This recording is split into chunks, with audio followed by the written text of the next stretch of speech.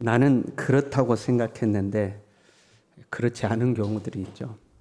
내가 생각하는 자신과 실제 자신 사이에 차이가 있는 거죠. 그걸 우리가 착각이라고 부를 때가 있습니다. 우리가 나이가 들면 내가 젊을 때처럼 달릴 수 있을 것이라고 생각하는데 막상 달려보면 몸이 따르지 않는 것을 알게 됩니다. 그렇잖아요? 또 어떤 사람은 자기가 그런 대로 괜찮은 사람이라고 생각하죠. 내 성품 정도면, 내 인품 정도면 그래도 나는 괜찮지 이렇게 생각하는데 누군가 그 소리를 듣고 네가? 이렇게 놀라는 경우가 있죠. 반대의 경우도 있습니다. 어떤 사람은 자기가 형편없다고 생각하죠. 나는 너무 부족해.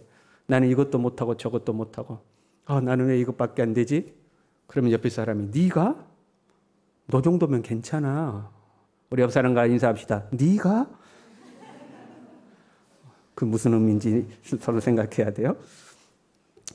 우리는 살면서 크고 작은 착각을 할 때가 있죠. 그러나 정말로 심각한 착각이 있습니다. 나는 예수님을 참으로 믿는 사람이라고 생각했는데 그것이 아닌 착각. 이것은 심각한 착각이에요. 이러한 착각이 성경에 종종 등장합니다. 마태복음 7장 22절에 보면 그날에 많은 사람이 나더러 이르되 주여 주여 우리가 주의 이름으로 선지자 노릇하며 주의 이름으로 귀신을 쫓아내며 주의 이름으로 많은 권능을 행하지 아니하였나이까. 겉으로 보면 누가 보더라도 예수님 믿는 사람이 틀림없습니다. 귀신도 쫓아내고 병자도 고치고 예수님의 말씀도 가르치고 누가 보더라도 예수 믿는 사람이 분명하죠. 그런데 예수님이 그들을 향해서 밝히 말하되 내가 너희를 도무지 알지 못한다. 불법을 행하는 자들아 내게서 떠나가라. 아니 귀신도 쫓아내고 병자도 고치고 권능을 행하고 말씀도 가르치고 예수님의 교훈도 전달하고 그랬는데 모른다는 거예요. 그런데 이런 사람들이요 그날에 많은 사람이 나더러 그랬어요. 이런 착각 속에 사는 사람들이 많다는 거예요. 마태복음 25장에 보면요 종말의 사건이 나오는데 양과 염소의 비유가 기록되어 있습니다. 그때에 염소로 분류되어 있는 사람 하나님 앞에 심판을 받는 그 사람들이죠. 이렇게 항변합니다. 주여 우리가 어느 때에 주께서 줄이신 것이나 목마르신 것이나 나그네 되신 것이나 헐벗으신 것이나 병드신 것이나 옥에 갇히신 것을 보고 공양하지 아니하더이까. 나 너희를 모른다 할 때에 항변하는 거죠. 우리가 언제 그랬습니까 주님? 우리 억울합니다. 우리는 주님을 보고 그렇게 한 적이 없습니다. 인정이 되지 않는 겁니다. 누가복음 13장 23절에요. 어떤 사람이 예수님께 와서 예수님께 묻습니다. 주여 구원을 받은 자가 적으니까. 그때 예수님께서 좁은 문으로 들어가기를 힘쓰라. 그 다음 말씀이요. 내가 너희에게 이르노니 들어가기를 구하여도 못하는 자가 많으리라. 나는 당연히 여기 들어갈 수 있는 사람인데 나는 당연히 천국문에 들어갈 줄 알았는데 내가 그 문 앞에 섰더니 문이 안 열리는 거예요. 그럼 어떻게 해요? 문을 이제 두드리는 거죠. 문 밖에 서서 문을 두드리며 주여 열어주소서. 그때 주님이 이야기합니다. 나는 너희가 어디에서 왔는지 너희를 모른다. 그때 이 사람들이 이렇게 이야기합니다. 우리는 주 앞에서 먹고 마셨으며 주는 또한 우리의 길거리에서 가르치셨나이다. 주님, 예수님이 우리와 같이 밥도 먹고 예수님이 우리와 차도 마시고 예수님이 우리에게 성경 공부도 시켜주고 그러지 않았습니까? 나 당연히 예수님하고 같이 밥 먹고 차 마시고 성경 공부하고 그랬는데요. 그런데 예수님께서 너희를 모른다 말씀하시는 거예요. 이 사람들은 다 자기가 예수님을 믿는다고 생각했습니다. 자기가 천국문 앞에 서면 천국문이 당연히 열릴 것이라고 생각했어요. 자기는 예수 믿는 사람이라고 생각했어요. 그런데 그것이 착각이었다 하는 거죠. 내가 예수님을 참으로 믿는 사람이라는 것을 그러면 어떻게 할 수 있을까? 내가 지금 착각하지 않고 진짜 나는 예수 믿는 사람이 확실해. 어떻게 할 수 있을까? 몇 가지 방법이 있지만 오늘 본문의 말씀 9절에서 확실히 이야기합니다. 그리스도의 영이 없으면 그리스도의 사람이 아니다. 달리 말하면 예수님께 속한 사람에게는 예수님의 영, 즉 성령이 그 안에 계신다. 성령이 그 안에 있는 사람은 예수 믿는 사람이 확실하다. 그러면 성령이 내 안에 있는지 어떻게 아는데요? 고린도전서 12장 3절에요. 하나님의 영으로 말하는 자는 누구든지 예수를 저주할 자라 하지 아니하고 또 성령으로 아니하고는 누구든지 예수를 주시라 할 수 없느니라. 내가 예수님을 구주로 믿고 고백하는 것이 내 안에 성령이 계시는 증거다 하는 거죠. 이것보다 더 분명한 증거는 없는 거예요. 내 안에 막 전기가 흐르는 것처럼 찌릿찌릿해요. 막 나 예수님의 이름만 불러도 내 손이 막 벌벌 떨려요. 내가 예배 드릴 때 내 마음이 막 뜨거워졌다니까요. 이런 감각이 없다 하더라도 예수님이 하나님의 아들이시며 나의 죄를 대신해서 십자가에 죽으셨고 그의 피로 말미암아 내가 구속함을 받아서 하나님의 자녀가 되었다는 것이 분명하게 믿어지는 사람, 그 사람 안에 성령이 계신 것이 확실한 거죠. 그런데 여러분, 여기에도 문제가 있어요. 사실 반복되는 문제입니다. 이론적으로는 내가 예수님을 믿는 것이 내 안에 성령이 계시다는 증거잖아요. 그런데 내가 예수님을 믿는다는 것이 착각이면 어떡하냐 이 말이죠. 내가 예수님을 믿는 것이 그 무엇보다도 성령이 내 안에 계시는 분명한 증거인데 내가 예수님을 믿는 것이 착각이면 어떡해요? 내가 주여 주여 했더니 주님이 내가 너를 모른다. 나 진짜 예수님 믿었는데요. 내가 너를 또 모른다. 그럼 어떡하냐 하는 거죠. 성령이 그 안에 있는 사람은 예수님을 구주로 고백합니다. 분명하게 고백합니다. 그리고 그 성령으로 말미암아 나타나는 증상이 있습니다. 오늘 본문 5절 말씀에 이렇게 되어 있어요. 육신을 따르는 자는 육신의 일을, 영을 따르는 자는 영의 일을 생각하나니. 성령이 그 안에 있는 사람은 생각이 달라진다. 우리는 예수님을 믿기 전에, 그러니까 성령이 우리에게 오시기 전에는 전적으로 육신에 속한 자들이었습니다. 우리의 영적인 상태는 허물과 죄로 죽어있는 상태였습니다. 영적 감각이 없었다 이 말이에요.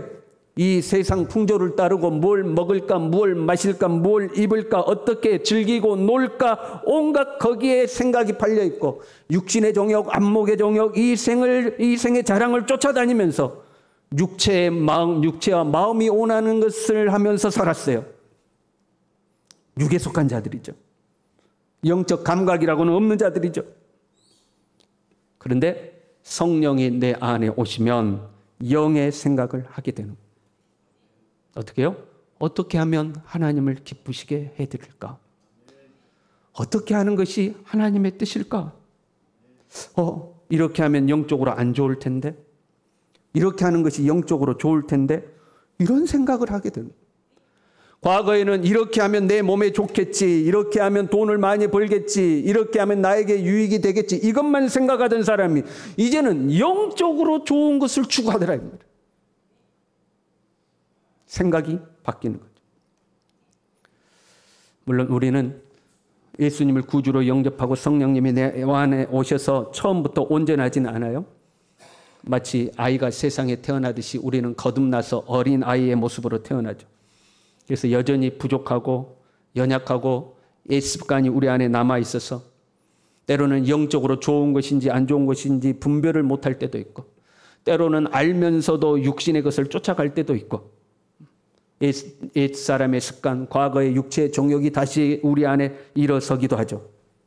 그때에 성령이 그 안에 있는 사람은 성령의 가르침이 찾아오기 시작합니다. 요한복음 14장에 예수님께서 떠나실 것을 예고하면서 제자들에게 이렇게 말씀하셨습니다. 보혜사 곧 아버지께서 내 이름으로 보내실 성령, 그가 너희에게 모든 것을 가르치고, 내 안에 계시는 성령께서 너희들을 가르친다. 내가 너희에게 말한 모든 것을 생각나게 할 것이다. 내가 부족하여 때로는 넘어집니다. 실수합니다. 하나님의 뜻이 무엇인지 분별을 못할 때도 있습니다. 그러나 그 안에 성령이 있는 사람은 성령께서 가르치신다는 거예요. 성령께서 생각나게 하신다는 거예요. 본문 14절 말씀에도요. 무릇 하나님의 영으로 인도함을 받은 사람은 곧 하나님의 아들이라. 반복하고 있는 겁니다. 그리스도의 영이 있는 사람은 그리스도의 사람이다. 이렇게 되어 있잖아요. 그리스도의 영이 없으면 그리스도의 사람이 아니다. 그 말은 그리스도의 영이 있어야 그리스도의 사람이다. 이걸 반복한 거거든요. 하나님의 영으로 인도함을 받은 사람은 하나님의 아들이다. 그러니까 그리스도의 영이 있는 사람은 그리스도의 영의 인도함을 받는다 그 말이에요. 성령은 우리 안에서 우리를 가르치셔요. 우리가 하나님의 뜻을 모를 때는 깨닫게 하십니다. 우리가 하나님의 길에서 어긋난 길로 갈 때는 우리를 찌르십니다. 성령의 인도하심은 가르치시고 찌르심으로, 깨닫게 하시고 찌르심으로 우리에게 찾아옵니다. 오순절에 성령이 충만하게 임했어요. 거기에 모여있던 제자들에게서 방언이 터져서 각국 세계의 언어로 말을 하기 시작했습니다. 명절을 맞이해서 사람들이 모였는데 신기하거든요. 그러니까 사람들이 막 모이기 시작했습니다. 그때에 베드로가 담대하게 일어서서 하나님의 말씀을 전했습니다.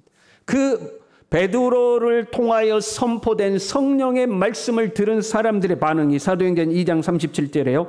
그들이 이 말을 듣고 마음에 찔려 베드로와 다른 사도들에게 물어 이르되 형제들아 우리가 어찌할꼬. 그들의 마음에 찾아온 성령의 역사는 찔림이었습니다. 성령 충만한 베드로가 하나님의 말씀을 전하니 그들의 마음이 찔렸어요.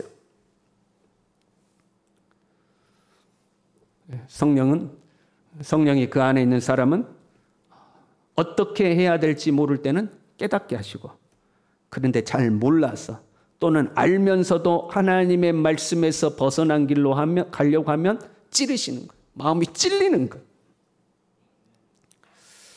우리는 예수님을 믿고요. 교회를 다니고 있어요. 신앙생활이라는 것을 하고 있습니다. 이 시간 여러분의 가슴에 손을 얹고 여러분 생각해 보시길 바랍니다. 신앙 양심에 손을 얹고 생각해 보시기 바랍니다. 나는 하나님의 말씀대로 살고 있는가? 만약 여러분이 말씀대로 살고 있다면 감사할 일입니다. 하나님이 여러분을 기뻐하실 겁니다. 그런데 나는 말씀대로 살고 있지 않고 있어요. 나는 말씀대로 안 살아요. 그러면 여러분의 심령에 찔림이 있는가? 내가 하나님의 말씀을 거역하고 살고 있을 때 내 마음을 찌르는 성령의 찔림이 있는가? 오늘 여러분 예배 드리러 나왔잖아요. 근데 예배를 여러분이 허투루 드렸어요. 그러면 찔림이 있어야 합니다.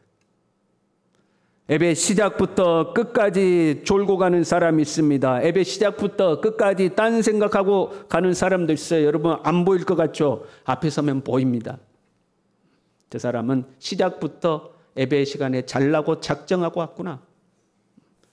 저 사람은 예배 시간에 딴 생각, 예배 드릴 자세가 전혀 안 돼 있구나.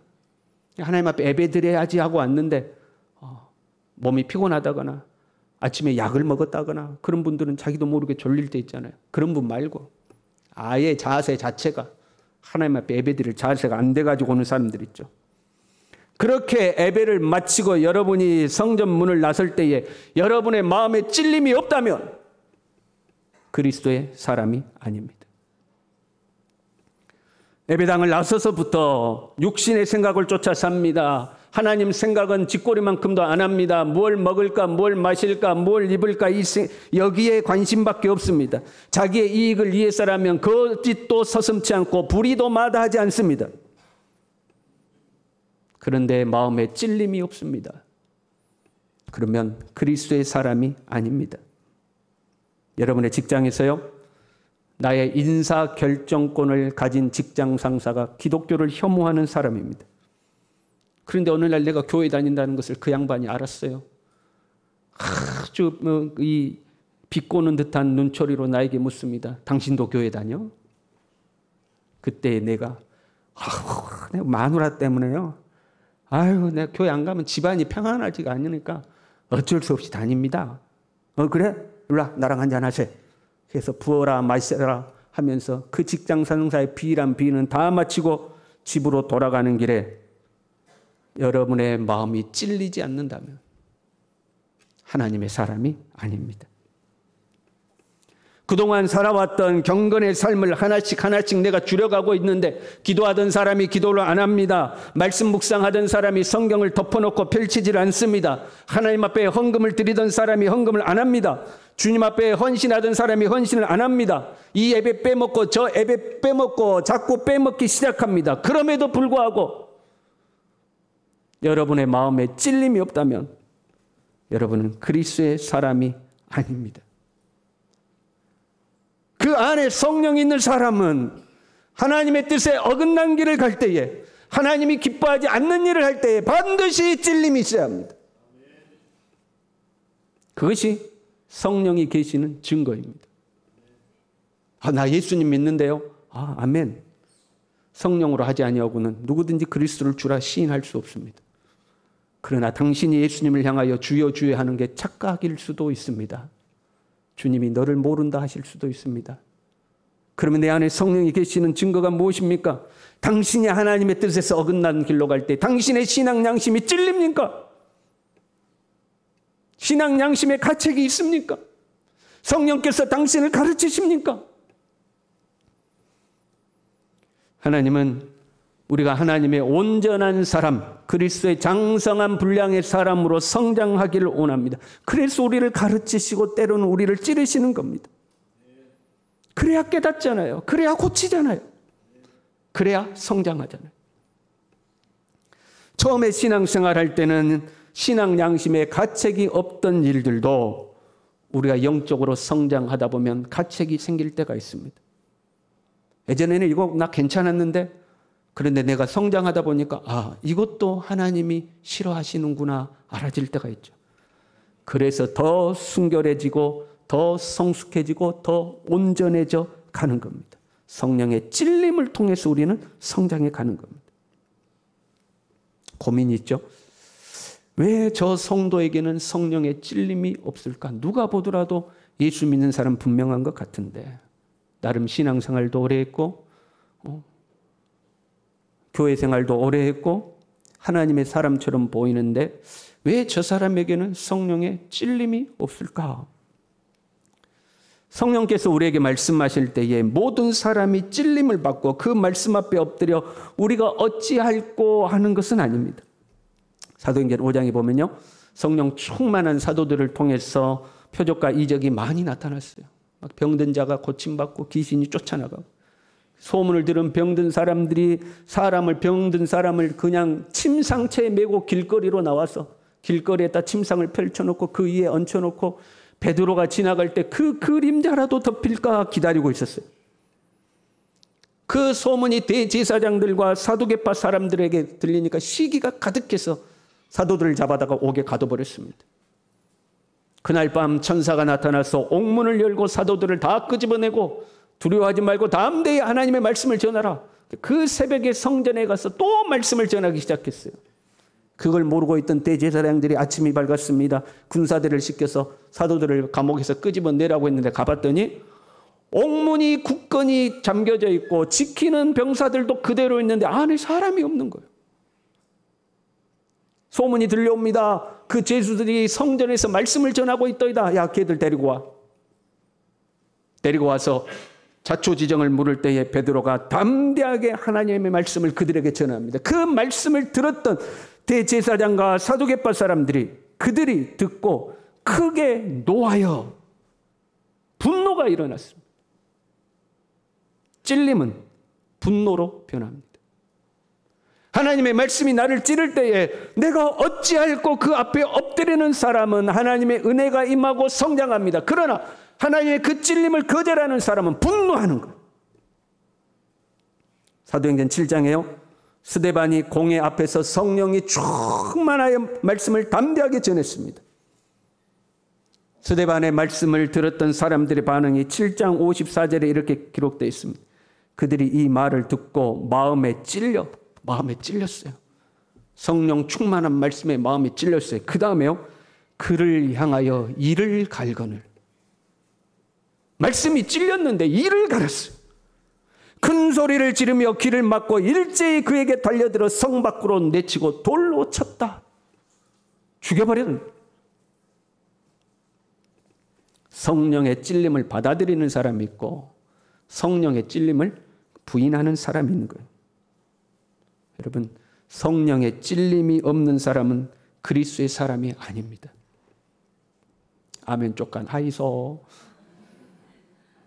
성령의 찔림이 없는 사람은 그리스도의 사람이 아닙니다. 이 말씀을 듣고 그래, 내가 이렇게 살면 안 되지. 나중에 예수님이 나를 보고 내가 너를 모른다고 하면 어떡하지? 내가 하나님 앞에 정신 차리고 성령의 감동대로 살아야겠다. 이런 마음을 먹는 사람은 그 앞에 어찌할꼬 하는 사람입니다. 그런데 오늘 말씀을 듣고 야, 뭐 그런다고 그리스도의 사람이 아니냐? 뭐 그럴 수도 있는 거지. 살다 보면 야, 뭐 안 할 수도 있고 부인할 수도 있는 거지. 그런다고 그리스도의 사람이 아니냐? 부인하는 사람이 있습니다. 받아들이는 사람이 있고 부인하는 사람이 있죠.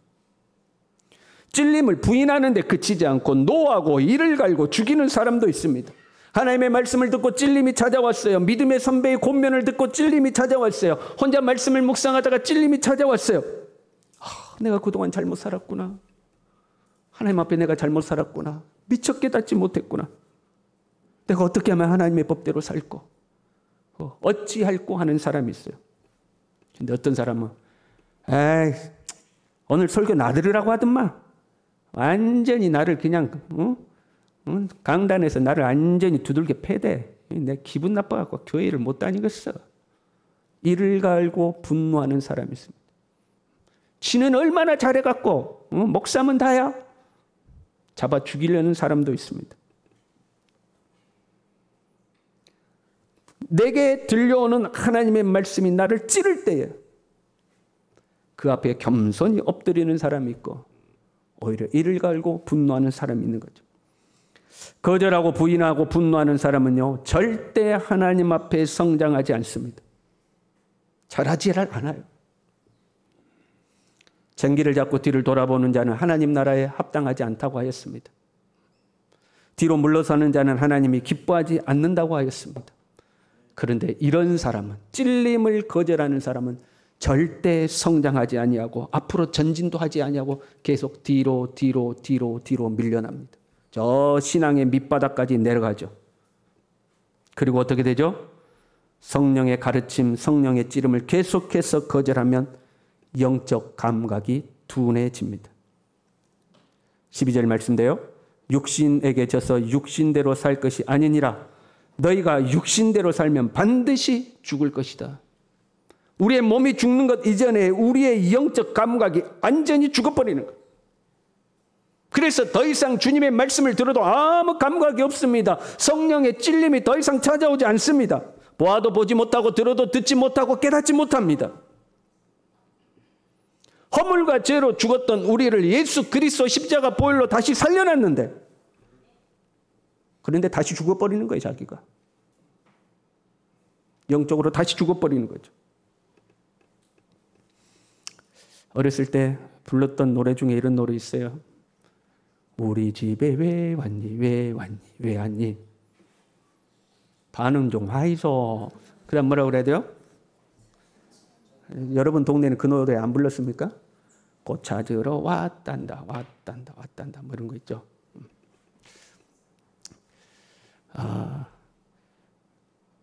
그 다음에 또 무슨 노래 있었더라? 여우야, 여우야, 뭐하니? 그 노래 아십니까? 뭐 잠잔다, 뭐 그러고. 여우야, 여우야, 뭐하니? 밥 먹는다. 무슨 반찬, 뭐라 그래요?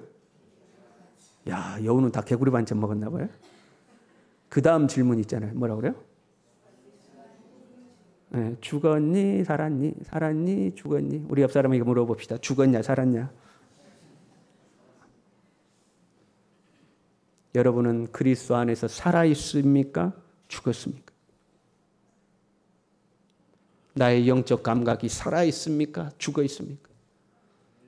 교회는 왔다 갔다 하는데, 교회 밖에서는 내 마음대로 육신의 정욕대로 사는데 성령의 찔림이 없어. 성령의 가르침이 없어. 아무 감각도 없이 살아. 그 죽은 자 아닙니까, 여러분? 그 죽은 자 아닙니까? 죽은 자는 건드려도 아무 감각이 없잖아요. 사랑하는 성도 여러분, 다시 살아나기를 바랍니다. 성령의 찔림을 거절하지 않기를 바랍니다.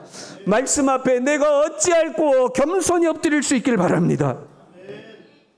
둔감한 사람 말고 무감각해서 결국 죽어버린 사람이 아니라 갈수록 예민한 사람, 갈수록 예수로 충만한 사람, 갈수록 성령과 동행하는 사람, 하나님의 인도를 받는 사람은 하나님의 아들이라, 하나님의 아들, 딸로 살아가는 우리 모두 될 수 있기를 간절히 바랍니다. 우리 함께 찬양하겠습니다.